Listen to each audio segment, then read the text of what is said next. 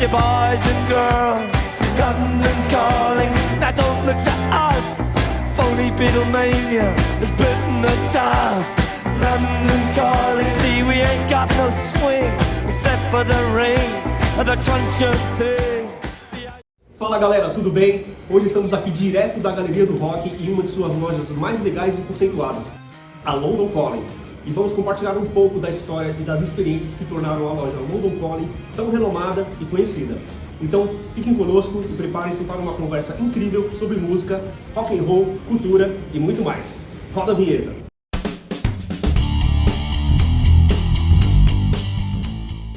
E quem vai trocar essa ideia aqui com a gente hoje é o fundador da loja, o Walter Thiago.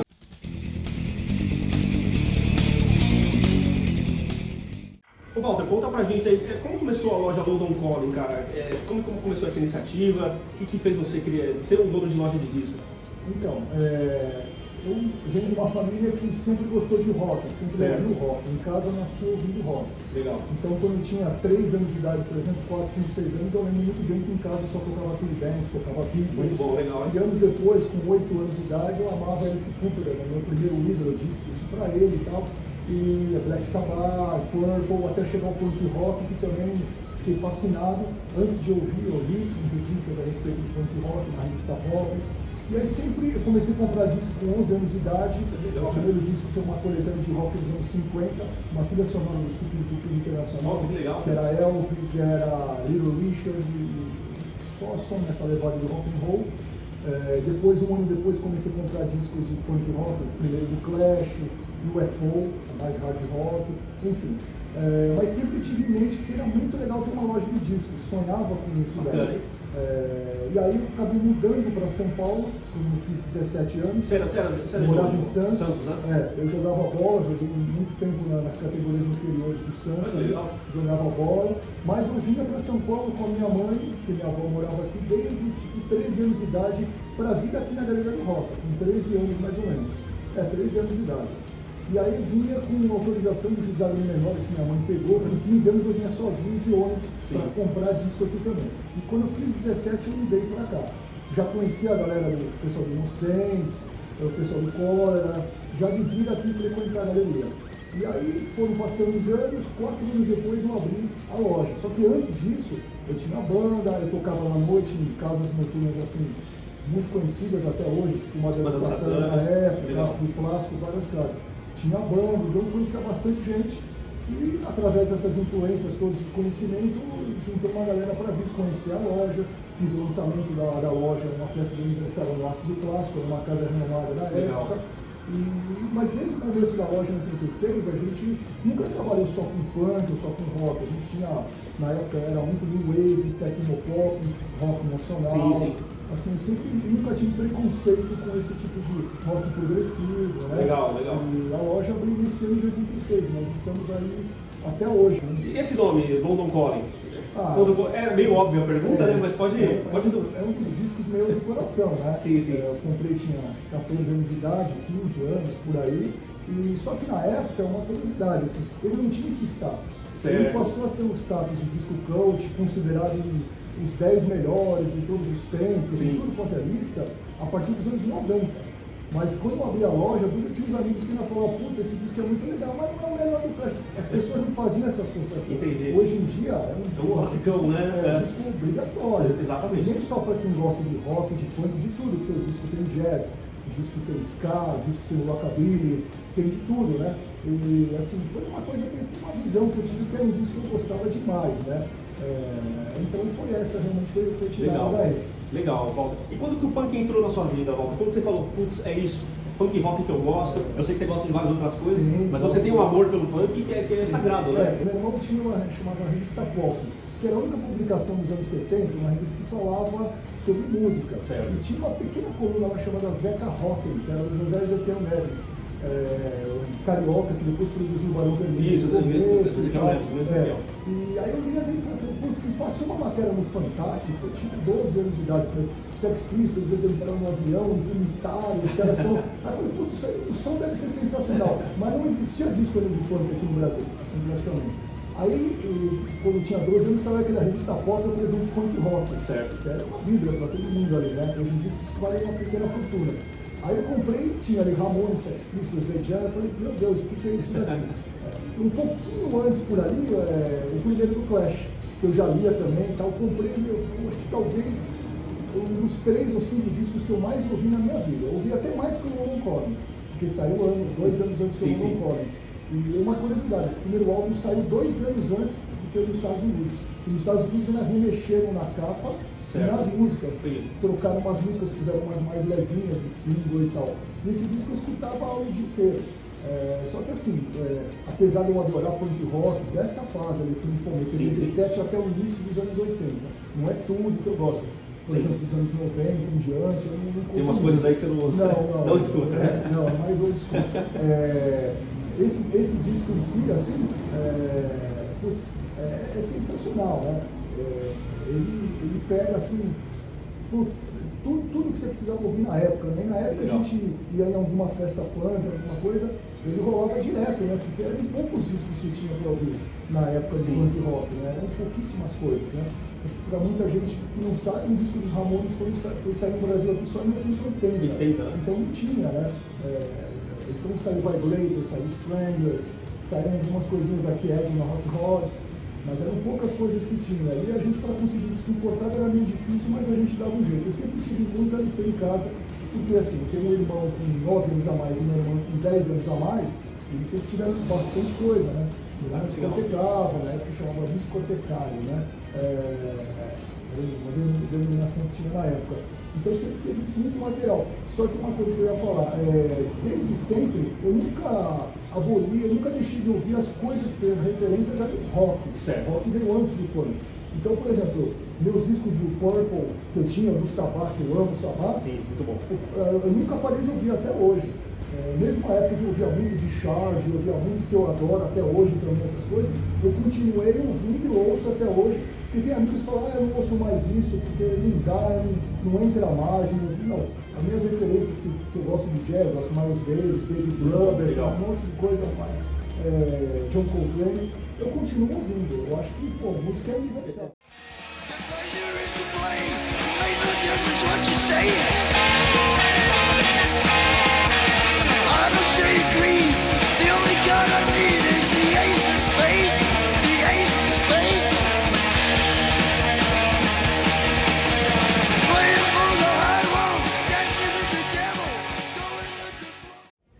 O que eu ouvia de rock, que eu adoro, o Made in Brasil, o primeiro álbum do Made in Brasil de 74 é espetacular. Para mim, acho que é o melhor disco do rock nacional até hoje, é um dos melhores. E as bandas punks nacionais do início são espetaculares. Eu vi ao vivo ali o lançamento do primeiro disco de Inocente, o lançamento do disco Urbano, a gente ia junto todos os shows que os caras que eram amigos nossos e até hoje, né, são referências no mundo, são reconhecidos no mundo, não só aqui no Brasil. Walter, a loja ela é muito conhecida por você trazer bandas aqui nacionais, internacionais, para fazer aquela famosa tarde de autógrafos, né, que já veio famosa aqui na loja, ou até mesmo fazer um pocket show aqui. Como é que começou isso, cara? Qual foi a primeira banda e como surgiu essa ideia? Então, eu sempre gostei de trazer esse lado cultural para dentro da loja. Sim. É uma coisa que eu sentia falta aqui. Eu viajo já há mais de 30 anos para o exterior, para ver show, para lazer, ou participar de alguma feira de música. E lá fora tem esse tipo de coisa, né? E aí eu trouxe para cá em 95, já com 28 anos. O primeiro foi com o Buzzcocks. Buzzcocks, foi a primeira banda a fazer conosco.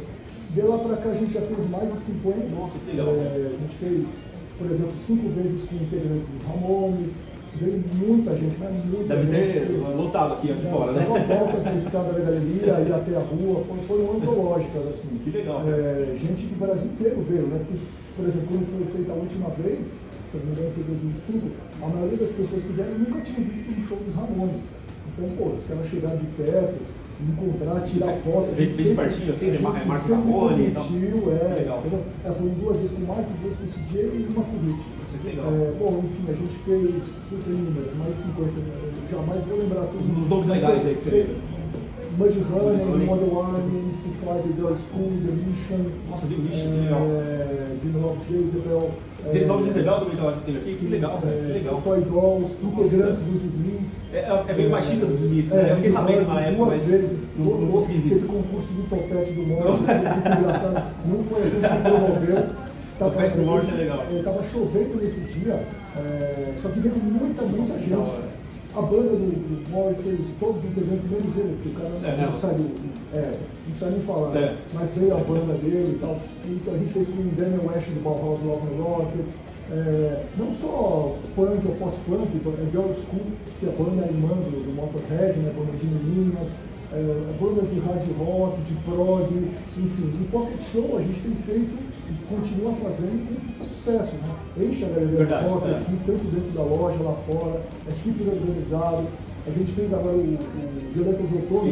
Eu vi no seu Instagram, ficou muito legal com o Violeta de Acabou de Outono. lançar um disco novo, ele fez questão, o Fábio Fest, gente boa demais. Imagina, pô, o Fábio Fett, pra mim, é um guitarrista que ele é muito bom, muito bom. Toca no Gong, na Inglaterra. Ele fez o lançamento do disco aqui, ele fez questão de fazer, dia 14 agora de abril, e dia 14 de outubro do ano passado, 6 meses antes, o lançamento de um outro CD deles também foi aqui. O Supla fez 2 shows totalmente diferentes aqui, que bombou, um com a banda dele, mais punk, e o outro totalmente eletrônico, com o projeto dele com a namorada dele na época. Clemente fez um show antológico aqui, ele fazendo um unplugged, tocando músicas do Plebe, do Vicente, carrega solo dele. Enfim, a gente tem, o que não falta é bandas procurando a gente para fazer, mas a gente assim, procura fazer uma a cada 2 meses, uma a cada por mês, né? Esse ano ainda vai rolar bastante coisa. Já tem uma agenda aí para esse ano? Eu não posso divulgar. Não, tá certo, sem spoiler, sem spoiler. Mas vai ter banda gringa e que legal. Banda nacional bem conhecida, muito conhecida e super influente aqui no Brasil. E banda da Inglaterra. Legal, eu vou ficar por dentro aí para vir visitar a loja. E estão todos convidados, não é só seguir a loja nas redes sociais ou aparecer por aqui, porque todo mundo aqui é super bem tratado, a gente coloca a mulher e criança, procura colocar aqui na frente, né? Para que todo mundo possa acompanhar, aí acaba o Pocket Show, aí o pessoal aguarda um pouquinho, as bandas recebem os fãs, porque eu nunca tive problema aqui na loja de ter banda, a gente, sabe, ficar reclamando, de do espaço, né? Ou de qualquer coisa. Graças a Deus nunca liguei, mesmo eu conhecendo, conheci figuras viajando para o exterior aí, Robert Plant, o Leme, muitas vezes tive com o Leme, são pessoas excepcionais, o pessoal dos Ramones, todos eles, nunca tive problema de estrelismo de parte alguma. Essa era a minha próxima pergunta, Walter. Você é um cara viajado, aí, já viajou bastante aí pelo mundo e conheceu bastante gente influente aí. Conta um pouquinho pra gente quem que você conheceu, como foi essa abordagem aí para chegar nesses caras grandes aí. Então, o pessoal pergunta muito, porque até tem uma sessão de fotos aqui. Depois a gente vai fazer uma passagem aqui As meninas que colocaram as fotos aqui, depende desse dia, não tinha nem guardado, para essas coisas. Mas assim, por exemplo, conheci o Plant em Londres, o Robert Plant do Red.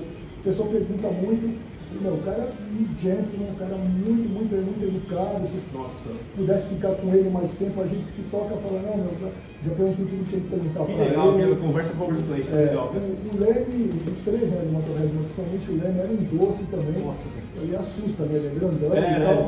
Mas, sabe, teve um show que eu estava na Alemanha em 2009.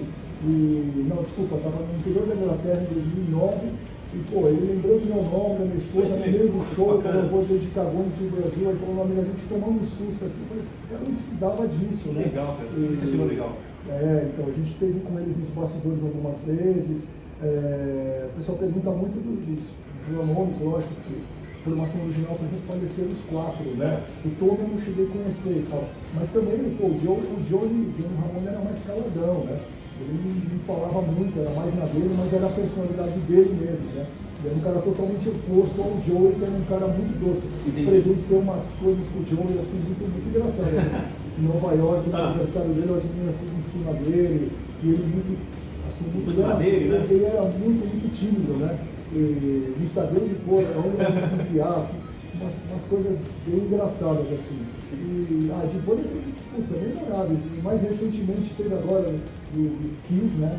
Sim. Minha filha, que gosta pra caramba, receberam a gente super bem. Tanto é que 2 dias depois aí o Eric Singer veio aqui na loja nos visitar também. Que legal.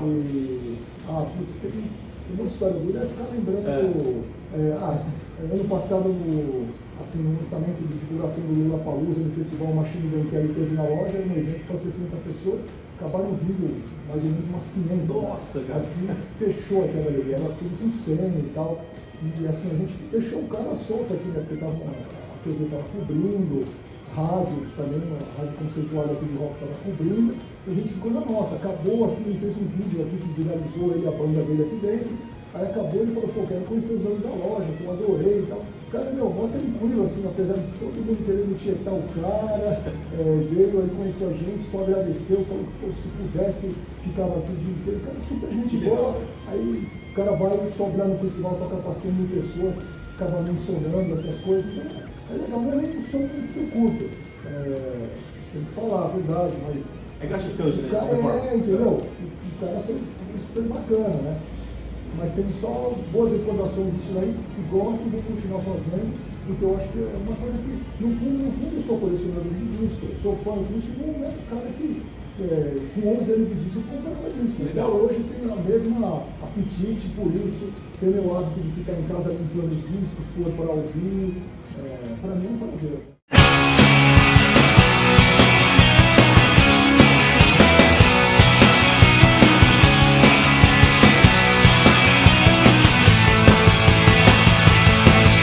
Well, no one ever thought this one would survive. Helpless child. Walter, eu li a seu respeito de que você chegou a se formar como professor primário. É isso mesmo? Isso é verdade? É verdade. Mas você nunca pensou em seguir essa função? Foi a maior tristeza da minha mãe na época, porque eu era professora e queria que fosse, e também gostava, né? Eu gostava de lidar com criança e tudo mais, mas aí na hora que eu terminei assim, o magistério, eu falei, pô, aí eu falei assim, não, era novinho, eu falei assim, putz, já não, falei, não é bem a minha é disco mesmo. E logo depois eu abri a loja, né? Pouquíssimos meses assim depois, eu já estava com isso na cabeça. Aí o dia que eu falei para minha mãe, ela falou, nossa, cara, uma tristeza, mas enfim, minha mãe que catequizava as crianças na escola, né? Minha mãe mostrava The Clash, os alunos, ela falava de Beatles pra caramba, Ramones, que era a paixão da vida dela, T-Rex, Mark Bolan, ela falava para os alunos, tanto é que até hoje vem aqui às vezes clientes que eu ganhei por causa dela ensinar coisa de rock na escola, tipo, pô, você é o filho da dona Mercedes, da professora Mercedes e tal. Mas a história é bem engraçada, mas isso aí é verdade. Legal. Assim. Porque nessa época, para mim, era bem novinho, mas era uma loucura. Eu tocava em banda, fazia magistério, ia para uma escola que só tinha eu e o DJ Mau Mau, ficou conhecido pra caramba depois, só tinha gente de homem e o resto era só menina na escola. E ao mesmo tempo estava nessa época numa dança de Satã também, então praticamente quase não dormia, era muito corrido, aí eu falei, putz, eu vou chegar. Está chegando num estágio novo que eu tenho que decidir o que eu quero da vida. Sim. Mas não tem jeito. Meu pai falava comigo, eu andava em Santos de bicicleta. Ele falava, pô, tu nasceu com um disco debaixo do braço. Era uma mão na bicicleta, a outra com um monte de disco carregando, isso desde moleque. Eu acho que eu nasci para isso. Legal. Ainda bem que você optou por essa opção. Ô, Walter, eu vi que você tem uma galeria de fotos aqui, sensacional, com um monte de gente famosa. Consegue mostrar algumas pra gente aqui? Lógico. Tem a Pat Smith, que a gente conheceu em Nova York. Pat Smith, legal. Em Nova York. Plant, Lemmy, Buzz Coxon, que foi a primeira tarde de autógrafos, mas a gente fez 3 vezes com eles. A Wendy Hurt dos Smiths, minha favorita, que é o Pelé. Essa do Pelé é sensacional. Essa foi onde essa foto do Pelé? Essa foi no lançamento do Pelé Eterno.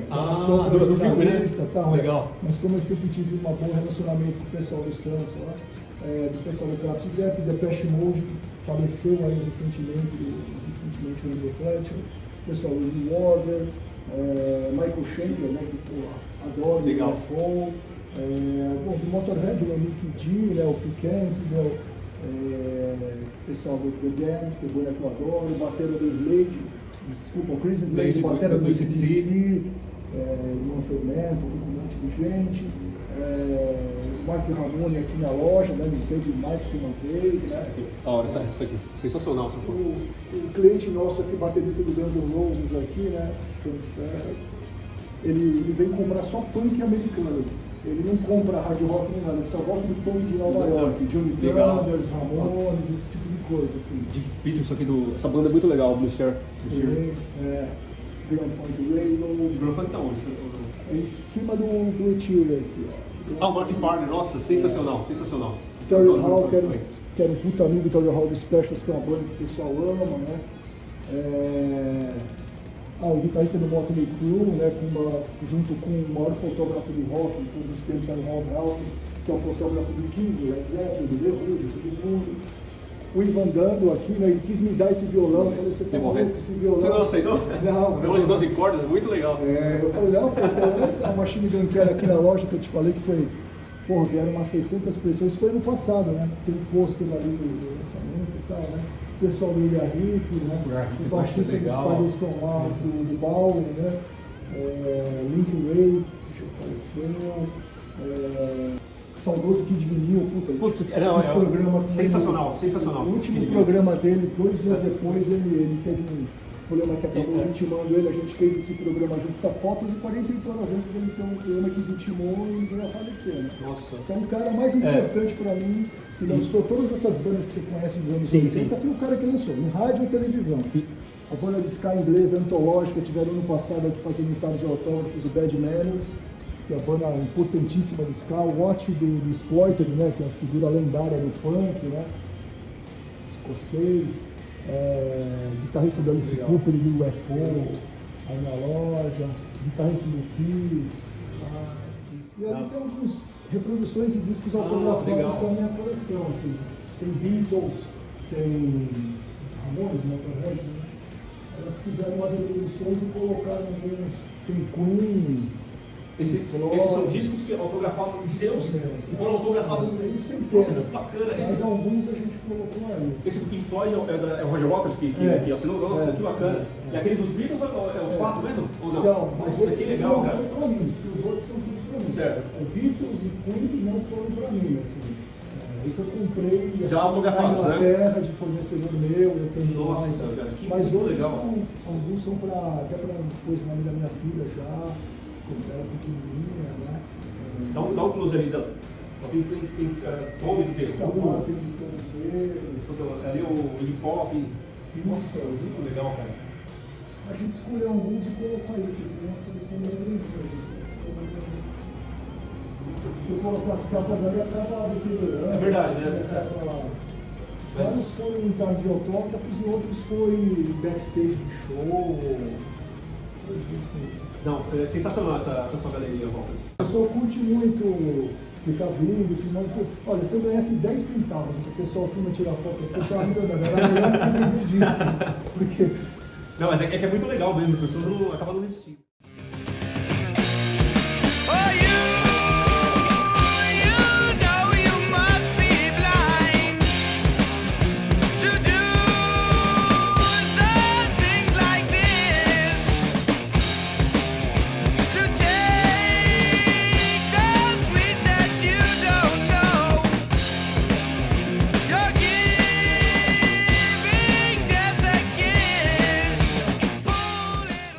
Ô Walter, falando de álbuns raros, cara, qual o álbum mais raro que você já vendeu aqui na loja, cara?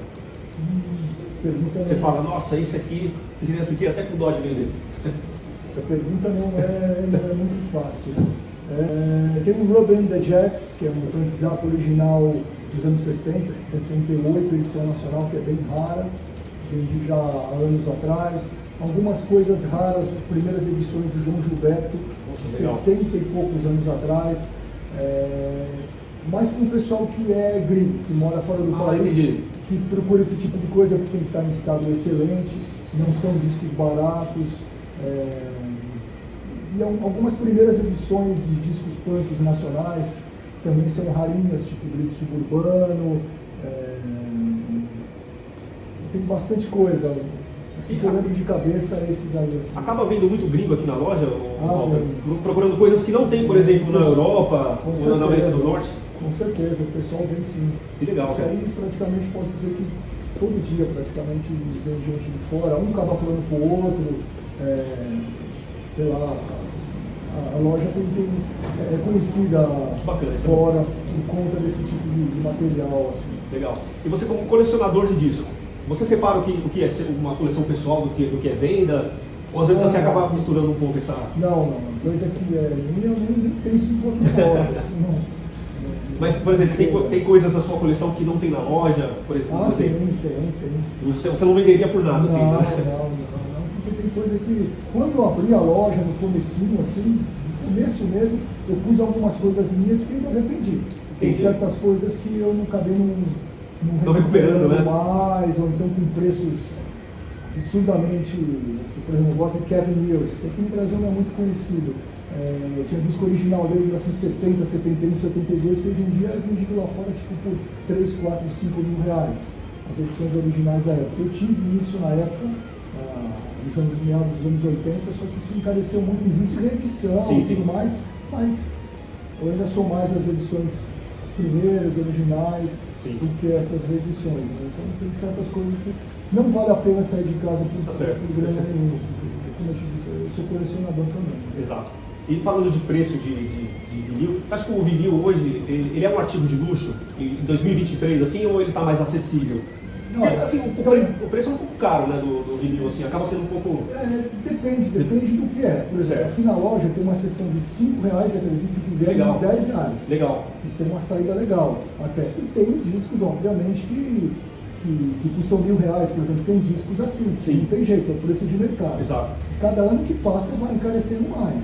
Isso é óbvio, tem mais gente procurando e menos disco no mercado. Exato. Agora depende do estado também. A gente gosta de trabalhar só com um estado muito bom. Não adianta você ter um disco raro e o estado dele não está legal. Cap, disco, que sai fora do padrão que a gente trabalha. A loja é conhecida pelo padrão dos discos que a gente trabalha aqui. Não é interesse da gente vender coisa com um estado que não esteja muito legal. Então, assim, discos que são mais procurados, que são mais raros, obviamente os valores vão subindo. O que era antes da pandemia, agora era X, agora é Y. Sim. Agora tem muito disco legal. Eu te falei, tem promoção aqui de 5, de 10 reais e também tem promoção com valores maiores, tipo 30, 40, 50, 60, que você acha coisas legais também, de rock, de pop, anos 80. Então tem para todo gosto. Tem gente que está começando agora, o cara, ele não quer um disco raro, primeira edição, isso aí não é todo mundo que procura isso. Sim, né? sim. Mas tem todos os gostos e todos os gostos. Sim. A pessoa não precisa ficar apavorada, nossa, agora o disco é muito caro, que não sei o quê. Depende do que ela Depende está do artista procurando. também, depende muito do artista, se é importado, se não é, tem isso também, né? Tem tudo, né? Não é uma coisa, as pessoas costumam generalizar. Às vezes a pessoa vem aqui e fala, nossa, esse Beatles aqui, olha isso, eu tenho o meu em casa, eu tenho dele podrão lá, e ele vem um aqui que está por 100, 200, 300, mas precisa ver que edição que é. Às vezes o cara está pegando o disco na mão, vamos supor, o cara pega uma Abbey Road, nossa, um exemplo, R$300, isso aqui, mas ele não está vendo, o disco é japonês, Exato, ele tem isso, tem aquilo, e eu tenho o mesmo disco, um outro, por 100 pratas. Ou o cara que tem um zoado na casa dele que vale 50 nem isso, mas ele acha que dele vale 300. Então assim, é só o dia a dia, a vivência, eu estou aqui há tanto tempo, estou aqui desde 86, então a gente sabe, então a gente procura, mas todo mundo que vem aqui a gente explica direitinho, conversa, é bem atendido, a gente procura pôr a pessoa assim ao dentro, e aqui é muito fácil de localizar as coisas. Sim, é todo verdade. mundo fala pra gente de organização, é tudo muito, tem as sessões, né? MPB, que tem uma sessão grande, rock nacional, blues, punk, jazz, tem separado, mas tem rock e pop, uma sessão gigante em ordem alfabética. Então a pessoa entra aqui, ela se sente bem, a gente explica direitinho onde estão as coisas, é fácil, e a gente procura orientar todo esse lado. Né? A gente, por exemplo, vende acessórios, plásticos para disco, bacana. Ecobag, a gente orienta até sobre o uso, limpa discos, produto para limpar adequado, como é que limpa. Legal. A gente procura dar um lance diferente para as pessoas. Legal. Porque aquilo que eu te falei, vai da cultura do colecionador. Sim. Eu sou colecionador. Lógico, eu tenho um ramo que é business, mas eu faço o que eu gosto. E eu faço com prazer, né? Não adianta eu fazer mal feito. Tá certo, Walter, isso aí, cara. E você acha que as plataformas hoje, Spotify, Deezer, que você paga um valor lá, X por mês, e tem um acesso a várias músicas, cara, você acha que isso atrapalha a venda do vinil, cara, a venda da música física, eu digo? Não, pelo contrário. É muito bom para as pessoas conhecerem e vir atrás do disco. É muito bom. As pessoas, por exemplo, chegam e o cara ouviu um Tim Maia de 1970, ele nunca tinha ouvido, ele achou sensacional no Spotify.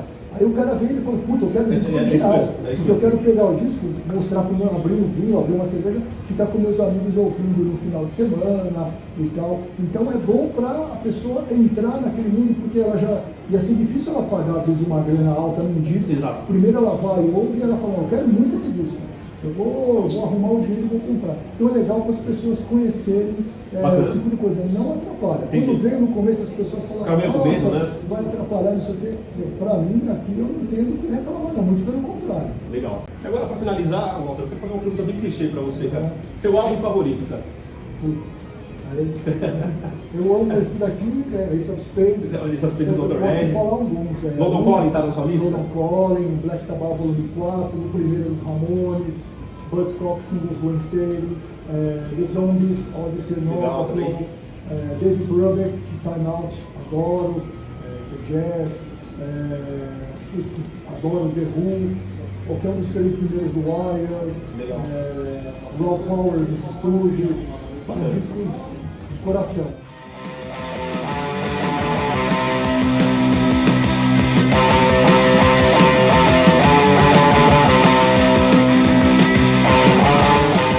Queria agradecer muito a sua, receber a gente aqui. Foi um prazer igualmente também bater esse papo com você, viu, Walter? Foi um prazer. Obrigadão, viu? E é isso aí, galera. Esse foi o Walter contando um pouco aí pra nós da sua história e dessa loja tão legal que é a London Calling. Então, se você tá de bobeira, vem aqui pro centro de São Paulo, dá um pulo aqui na London Calling, que tem muita música legal de qualidade para ser consumida. Até a próxima!